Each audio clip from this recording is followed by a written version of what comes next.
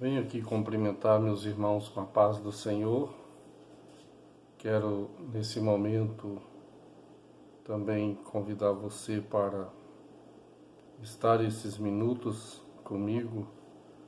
Venho aqui trazendo uma participação para a Escola Bíblica Dominical.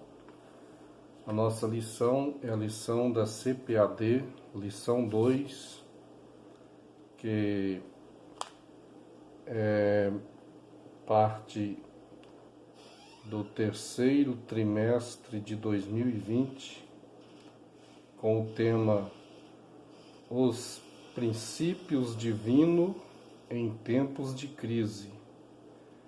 A reconstrução de Jerusalém e o avivamento espiritual como exemplo para os nossos dias. Lição bíblica da CPAD para a classe de adultos. O título da lição 2, 12 de julho de 2020, com o título Despertamento Espiritual, um Milagre. E nós vamos aqui ler o textuário. E isto digo, conhecendo o tempo, que é já hora de despertarmos do sono, porque a nossa salvação está agora mais perto de nós do que quando aceitamos a fé.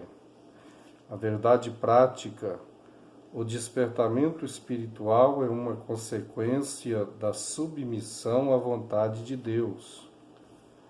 O texto bíblico está em Esdras, capítulo 1, do versículo 1 ao 7, e Neemias, capítulo 1, do versículo 1 ao versículo 3. Já quero convidar você para compartilhar também este vídeo, que certamente servirá de auxílio para muitos professores. Espero estar aqui cooperando e trazendo partes e ideias que ajudarão a muitos, né? E tenho certeza que o nosso tempo e o seu tempo não será em vão ouvindo aqui esta meditação nesses minutos a seguir. Vamos ler então a palavra de Deus. No primeiro ano de Ciro, rei da Pérsia, para que se cumprisse a palavra do Senhor por boca de Jeremias, despertou o Senhor o espírito de Ciro, rei da Pérsia, o qual fez passar pregão por todo o seu reino, como também por escrito, dizendo: Assim diz Ciro, rei da Pérsia, o Senhor Deus dos céus me deu todos os reinos da terra, e ele me encarregou de lhe edificar uma casa em Jerusalém, que é em Judá. Quem há entre vós de todo o seu povo, seja seu Deus com ele, e suba a Jerusalém, que é em Judá, e edifique a casa do Senhor, Deus de Israel. Ele é o Deus que habita em Jerusalém. E todo aquele que ficar em alguns lugares em que andar peregrinando, os homens do seu lugar o ajudarão com prata e com ouro, e com fazenda e com gados, afora as dádivas voluntárias para a casa de Deus, que habita em Jerusalém. Então levantaram os chefes dos pais de Judá e Benjamim, e os sacerdotes e os levitas, com todos aqueles cujo Espírito Deus despertou, para subirem a edificar a casa do Senhor que está em Jerusalém. E todos os que habitavam nos arredores lhes confortaram as mãos com objetos de prata, com ouro e com fazenda, e com gado e com coisas preciosas, afora tudo o que voluntariamente se deu. Então o rei Ciro tirou os utensílios da casa do Senhor, que Nabucodonosor tinha trazido de Jerusalém e que tinha posto na casa de seus deuses. Neemias capítulo 1. As palavras de Neemias, filho de Acalias. E sucedeu no mês de Quisleu, no ano 20º, estando eu em Susã, a fortaleza, que veio Anani, um de meus irmãos, ele e alguns de Judá, e perguntei-lhes pelos judeus que escaparam e que restavam do cativeiro, e acerca de Jerusalém.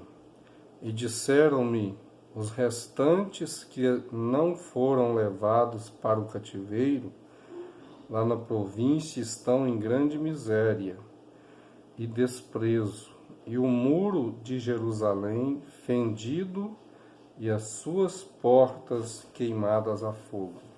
Amém. Temos lido todo o texto bíblico, Esdras e Neemias. Vamos ler aqui a introdução. Nesta lição iremos ver a origem do despertamento espiritual e suas finalidades. Vemos aqui o nosso subtópico do ponto 1. O despertamento espiritual emana do próprio Deus. Nós temos aqui duas versões bíblicas, Isaías 26, versículo 12, 1 Coríntios 12, 6, que diz a palavra de Deus em 1 Coríntios: e a diversidade de operações, mas é o mesmo Deus que opera tudo em todos. E também Isaías 26, 12, Senhor, tu nos darás a paz, porque tu és o que fizeste em nós todas as nossas obras. Então vemos que estes versículos resumem aqui que, na verdade, o despertamento espiritual emana do próprio Deus. Vamos ler. No primeiro ano de Ciro, despertou o Senhor o espírito de Ciro. Deus despertou Daniel para orar pelo futuro do seu povo, todavia não foram as orações de Daniel e nem sua vida santificada que produziram o despertamento, mas foi o próprio Deus que fez o milagre do despertamento de Ciro. Então vemos que, conforme essas duas versões bíblicas, de 26 de Isaías, versículo 12, e 1 Coríntios 12, versículo 6, diz que através do próprio Deus procede o despertamento espiritual. Nós já vamos aqui para a parte final deste primeiro ponto. Em Hebreus capítulo 6 e versículo 5, mas na verdade nada sabemos e nada entendemos do poder de Deus. Então aqui diz: e provaram a boa palavra de Deus e as virtudes do século futuro. Porque, visto que é o próprio Deus quem gera o despertamento espiritual no meio do povo, é bastante lógico que tudo isto provém do poder de Deus. Então, provar o poder de Deus, que na verdade são as revelações de coisas futuras que nos embasam e nos dão bases para que possamos crer. Então sabemos que por virtudes de Deus, o Espírito de Deus trabalha então na vida do homem o despertamento espiritual. Vamos aqui para o segundo ponto, temos alguns assuntos interessantes aqui. As finalidades do despertamento. A restauração nacional de Israel, que é aqui o primeiro item, Deus, quando quer realizar os seus propósitos, pode incutir a sua vontade no espírito do homem. Foi assim que ele fez com Ciro, embora fosse rei de uma nação idólatra. Ciro foi despertado por Deus, o qual incutiu a sua vontade no espírito dele. É bom observar que quando se trata do espírito humano, o aí que dá início ao termo é sempre minúsculo, porque se trata do espírito humano. Talvez seja um erro de impressão que aqui no início do primeiro ponto, no tópico do primeiro ponto da nossa lição, diz que o espírito de Ciro, quando diz aqui espírito, deveria estar com letra minúscula, porque se trata do espírito de Ciro, que é o espírito humano. Aqui não se trata do espírito de Deus, mas do espírito humano. E quando se trata do espírito de Deus, o espírito do Senhor, o Espírito Santo, é sempre apresentado nas Escrituras com letra maiúscula no início. Então, ele fez com Ciro, embora fosse rei de uma nação idólatra, que Ciro foi rei da Pérsia. Ciro foi despertado por Deus, o qual incutiu a sua vontade no espírito dele, dominado pelas tradições e pela idolatria, a fim de que ele cumprisse os desígnios divinos relativos ao povo de Israel, conforme havia falado pela boca do profeta Isaías cerca de 180 anos antes. Então ali em Isaías capítulo 44, versículo 28 e 45, versículo 1 a 6, quando o propósito de Deus chegou ao conhecimento de Ciro, era um fato já aceito e aprovado por ele, e logo foi consumado. Assim, logo no início de seu reinado, Ciro proclamou um edito autorizando os judeus a retornarem a Jerusalém e edificarem a casa do Senhor. Em Jerusalém, que é em Judá, começava assim uma restauração nacional do povo israelita. Então vemos que, na verdade, Deus trabalhou de forma absolutamente com um aspecto de chamar a atenção do seu povo, né, que era o povo de Israel. Mesmo ainda não existindo o rei Ciro, muito antes do seu nascimento, seu nome já havia sido citado pelo profeta Isaías. Então era um projeto de Deus.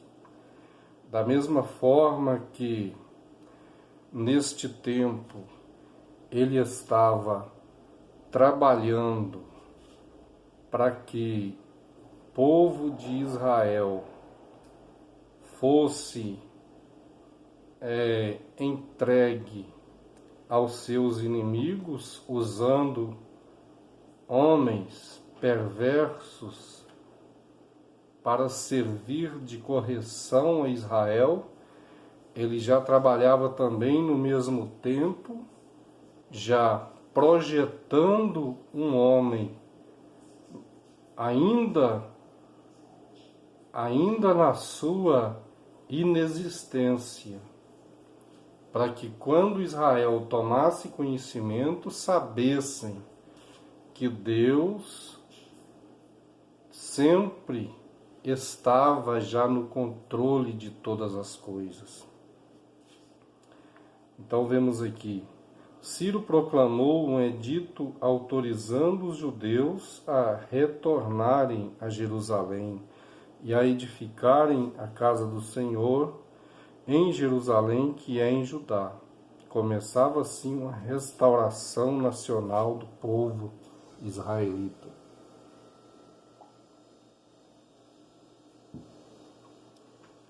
A restauração espiritual de Israel. Deus quer usar o homem como seu instrumento, todavia só são usados aqueles que cooperam com Deus, aqueles que seguem a orientação divina, por livre arbítrio. Já foi dito, ensinado, sempre uma versão bíblica que diz que não é por força nem por violência, mas pelo meu espírito. Então, da mesma forma como Deus é misericordioso, dando tempo para o homem arrepender dos seus pecados e tomar uma atitude correta, Deus é compassivo também quando Ele quer usar o ser humano como instrumento da sua vontade. Então ele na sua misericórdia trabalha no livre arbítrio do homem, promovendo a este ser humano na sua vontade. Então o homem é livre, mas Deus trabalha na liberdade do homem. O homem é livre para obedecer ou não à orientação divina. Por isso, nem todos os que experimentam um despertamento adquirem o mesmo progresso espiritual, porque não abrem igualmente o seu coração para Deus, a fim de obedecer à risca orientação divina. Durante o cativeiro, o povo israelita havia assimilado muitos dos costumes dos babilônios, porém havia aprendido a lição concernente à vontade de Deus: não servir aos deuses das nações, não adorar os ídolos. Antes do exílio, Israel estava espiritualmente enfermo, dos pés à cabeça. Então vemos que o trabalhar de Deus, levando este povo ao cativeiro e à dispersão, era uma forma de tratamento espiritual, porque passando pelo sofrimento entenderiam que estavam caindo e recebendo proporcionalmente as medidas daquilo que eles haviam semeado. Já citamos em um outro tratado, em outro vídeo, sobre uma expressão que era reinante no meio dos filhos de Israel. Tanto o profeta Jeremias quanto o profeta Ezequiel, eles tomaram essa versão sempre dita em meio ao povo, dizendo: os pais comeram uvas verdes e os dentes dos filhos ficaram embotados.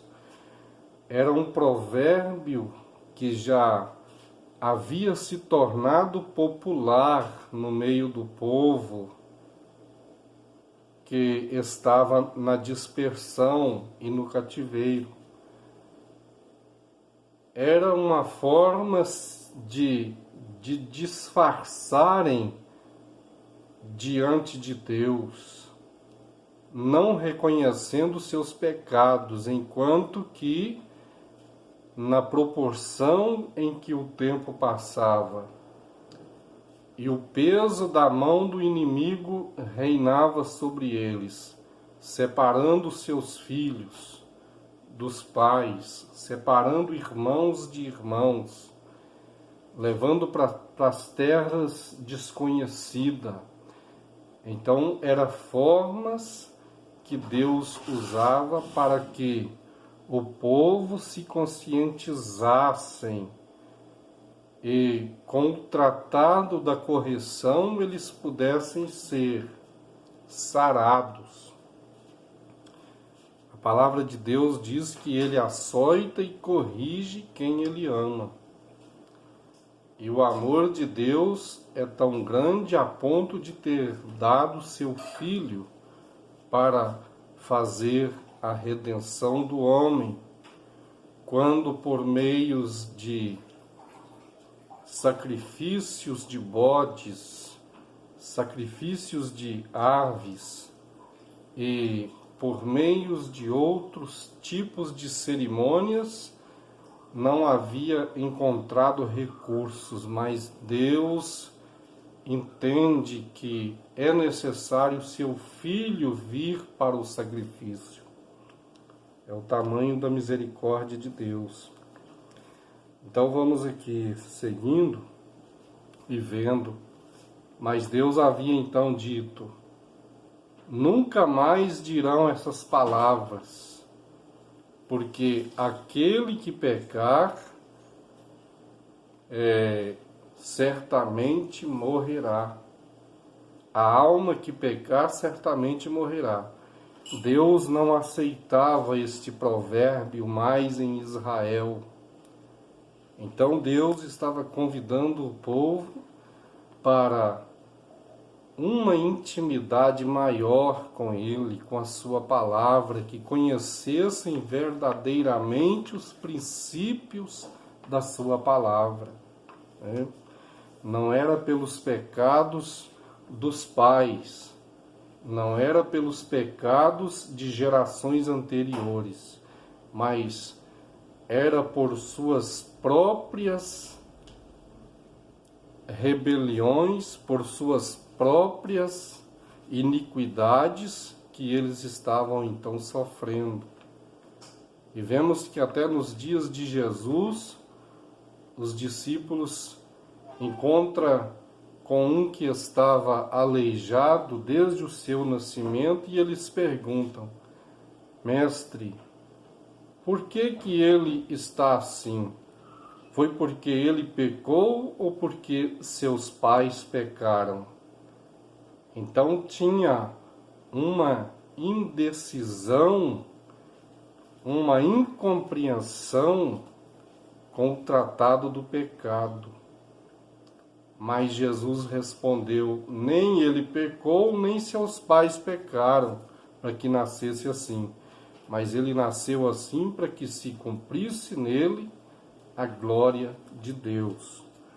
Vemos as formas de ser compreendido o que Deus está projetando e trabalhando na vida dos seres humanos. Então vemos aqui seguindo.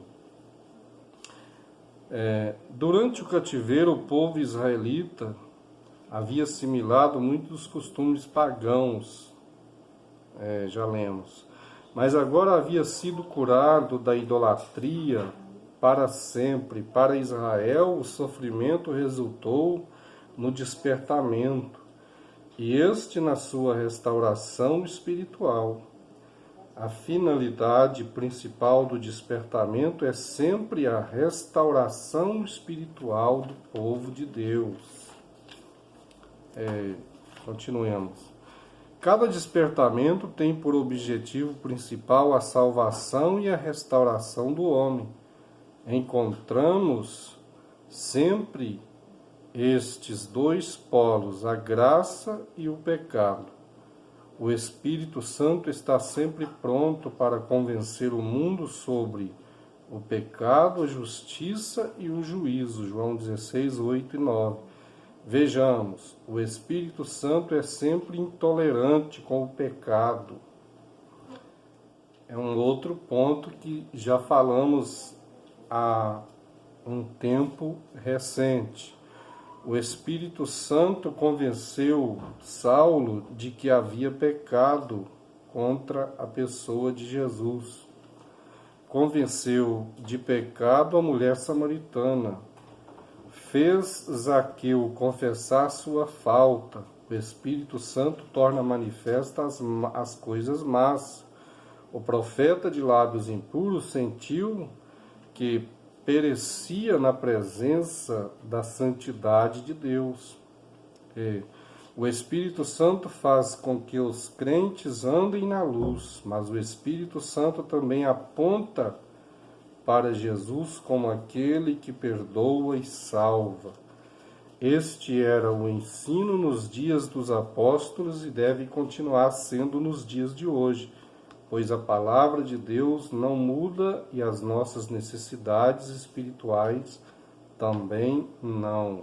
Então vemos, dentro deste tratado de tolerância do Espírito Santo, aqui o comentarista coloca que o Espírito Santo convenceu Saulo, convenceu Zaqueu, convenceu a mulher samaritana, e que o trabalho do Espírito Santo é atuante da mesma forma como era ali na igreja primitiva. Então observamos um tratado interessante no Evangelho de Mateus, Mateus capítulo 13, versículo 30, e também Apocalipse capítulo 2, versículo 20. Em Apocalipse, no capítulo 2 e versículo 20, Jesus repreende o anjo da igreja, porque o anjo da igreja estava sendo tolerante com uma mulher chamada Jezabel, porque ela estava ensinando prostituição dentro da igreja. Então, o Espírito de Deus, na pessoa de Jesus, revela para João que o anjo da igreja estava sendo muito tolerante. Quer dizer que o Espírito Santo não estava tolerando mais quando aquele homem se tornava muito tolerante. Porém, Mateus capítulo 13, versículo 30, aparece aqui uma palavra que o Espírito Santo está ensinando que deveria deixar que crescesse junto o joio com o trigo, porque se arrancasse o joio, estando o trigo a ponto de produção, poderia atrapalhar o trigo, poderia sair pé de trigo junto com pé de joio, porque as raízes estavam entranhadas. Então entendemos que existe uma necessidade de conhecer a respeito deste tratado. Como entender que devemos ser tolerantes e, ao mesmo tempo, ser pacientes, ou seja, ser intolerantes com o pecado e, ao mesmo tempo, ser pacientes com certos comportamentos.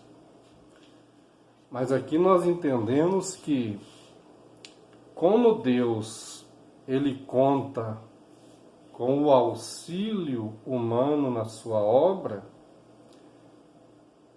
é entendido que os seres humanos com responsabilidade na casa de Deus têm que se ter certas medidas de intimidade com Deus para compreender cada situação e tratar de cada caso na casa de Deus. Então vemos, a psicologia apresenta algo que aparece também na palavra de Deus, um termo chamado de equidade com todos, equidade. O sinônimo disto é dignidade, honestidade, honradez, igualdade, imparcialidade, isenção e justiça. O que é a equidade com todos? Equidade com todos é o que entra dentro desta situação. Como ser muito tolerante com o comportamento de Jezabel, o que Deus estava rejeitando na vida daquele anjo da igreja. Mas também na parábola do semeador, aqui os seres humanos entendem que era necessário arrancar o joio para que o trigo produzisse bem. Mas aí veio o conselho do dono da seara: deixa, porque no final, na colheita, os anjos vai fazer a separação. Então vemos, é preciso que se tenha cuidado e é preciso que haja uma intervenção sempre do Espírito de Deus. O que nós aprendemos com estas atitudes da palavra de Deus é que existe um pensamento de Paulo que o juízo começa já dentro da casa de Deus. Mas como o juízo começa dentro da casa de Deus e Jesus disse: não julgueis para que não sejais julgados. E com a mesma medida com que medirdes, também medirão a vós. Então são princípios que, dentro da equidade, a equidade divina, aí vem os homens trabalhando dentro desta forma de proporção de se entender de que forma podemos estar dentro de um mesmo âmbito, gerando uma visão que facilita ambos os lados.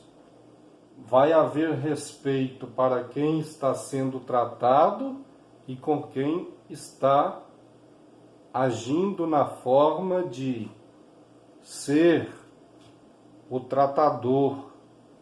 Então veja, é tratado isso em assuntos de psicologia. Então veja que coloquei aqui esses exemplos. Aqui está um homem grande, um homem médio e um homem pequeno, mas todos estão tendo a mesma visão, porque alguém trabalhou esta forma ou criou um formato para que todos fossem bem recepcionados no ambiente em que se encontravam. Então, dentro da casa de Deus, não pode ser diferente. A palavra de Deus diz que Ele não faz acepção de pessoas. E por não fazer acepção de pessoas, a igreja é um lugar de cura. A igreja de Deus é uma casa de apoio, em que devemos estar sendo aptos para tratar com cada tipo de problema, né? Porque quando se trata de pessoas, envolve relacionamentos.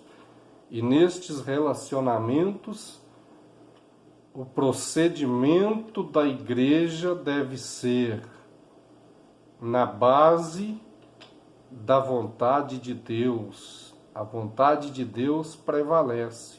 E a vontade de Deus é embasada no amor que Ele apresentou na cruz do Calvário. É Ele que salva, é Ele que cura, é Ele que redime. Dele procede o despertamento espiritual. Ainda aqui nós vemos aqui no terceiro ponto,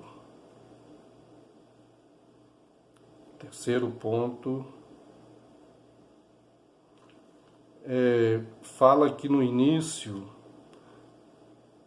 fala do retorno de Judá à sua terra, né? Terceiro ponto, Deus cumpre as suas promessas. Pelo despertamento que Ciro recebeu, Deus cumpriu literalmente a sua palavra em relação ao retorno de Judá à sua terra. Jeremias 27, 10 e 22. Jeremias capítulo 27, versículo 22. Bem como a derrota da Babilônia diante do exército medo-persa. Então observamos nas Escrituras que Jeremias ele foi usado tanto para aconselhar o povo a aceitar a levada para o cativeiro, como também ele profetizou que, mediante o comportamento daquele povo, Deus criaria uma provisão para torná-los a trazer de volta. Então Jeremias foi usado a dar até um tempo, 70 anos o povo ficaria no cativeiro.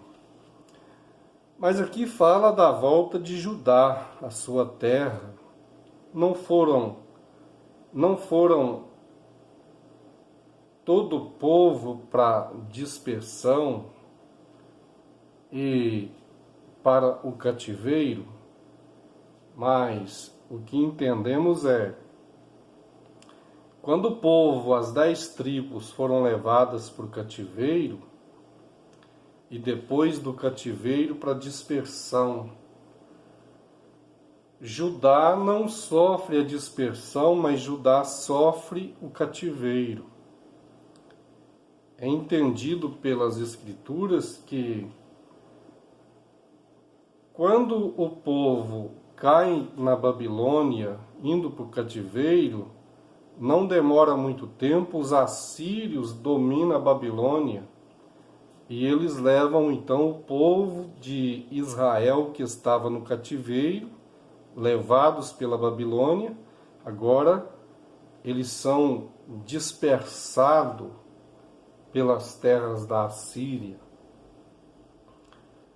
Então vemos que logo após, Judá também foi levado ao cativeiro.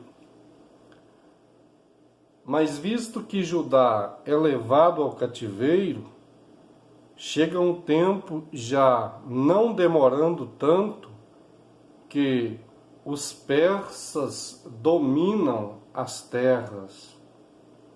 Aí vemos a presença de Ciro. É onde, dentro deste legado do comentário do nosso pastor Eurico Bergs, que já dorme no Senhor, mas que deixa então este lindo comentário para nosso estudo, é dito que Deus tem uma medida justa. Então as 10 tribos não voltaram mais, né? Na concepção teológica aponta que as 10 tribos não voltaram mais. Somente Judá consegue voltar, regressar para Jerusalém. E por que isto? Deus estava medindo com justiça conforme o seu tratado com a humanidade. Lá no início nós vemos Deus tirando 10 povos da terra de Canaã, a terra da promessa, 10 povos. Tanto em Gênesis capítulo 15 fala de 10 povos, e depois Deuteronômio capítulo 7 apresenta 7 povos. Então o povo foi se perdendo para que Israel fosse crescendo na terra.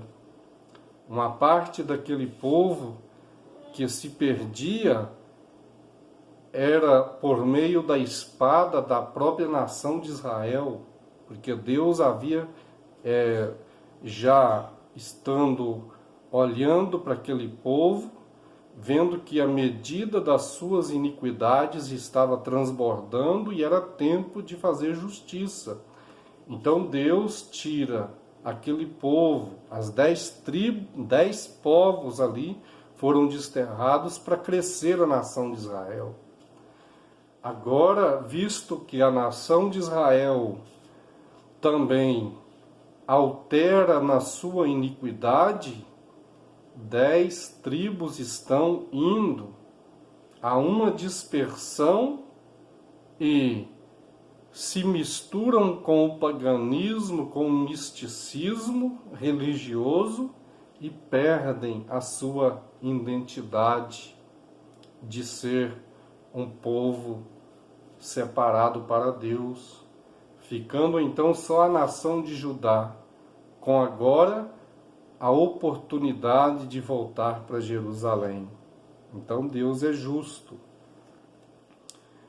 Deus renova suas promessas.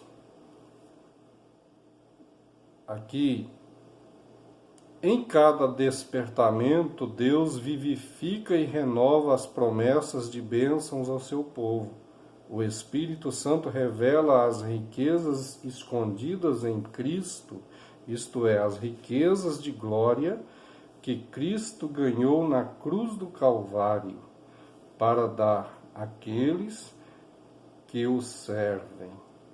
O batismo com o Espírito Santo é uma bênção que faz parte da nova vida com Cristo. Vamos seguir à frente aqui. Os dons espirituais também fazem parte das bênçãos que Jesus deseja dar por meio do despertamento. Deus ainda deseja despertar os corações para ter fé renovada na cura do corpo, também resultado da morte expiatória de Jesus. Em terceiro item, Deus renova a fé dos abatidos.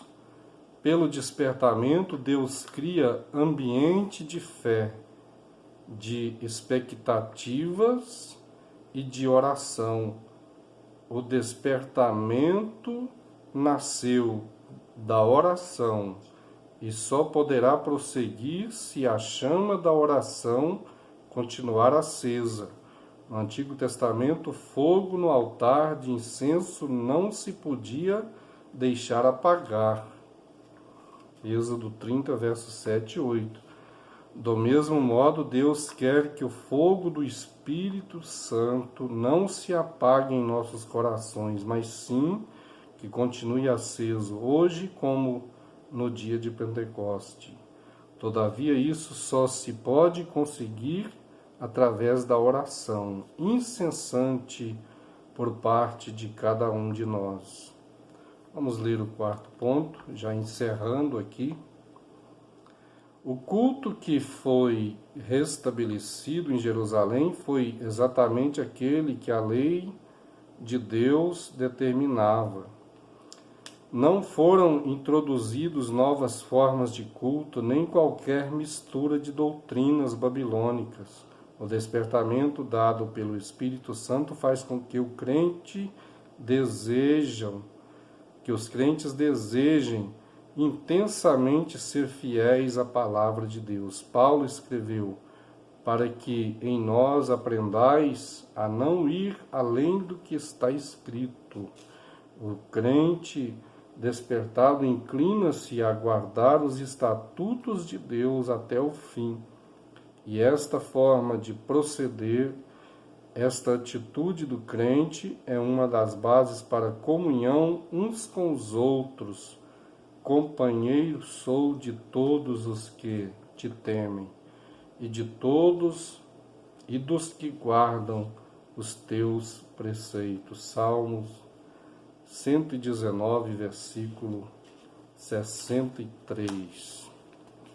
Então temos aqui o término de nosso comentário, sendo esta uma lição com palavras abençoadoras, e quero já convidar você a não faltar da escola bíblica dominical, onde, na verdade, quando assentados, você pode também participar, e a você, amado e companheiro professor da escola bíblica dominical, que a bênção do Senhor abençoe a sua vida e o Espírito de Deus te dê cada dia mais conhecimento e graça e forças, que possa você prosseguir e nunca desistir dessa tão abençoada obra.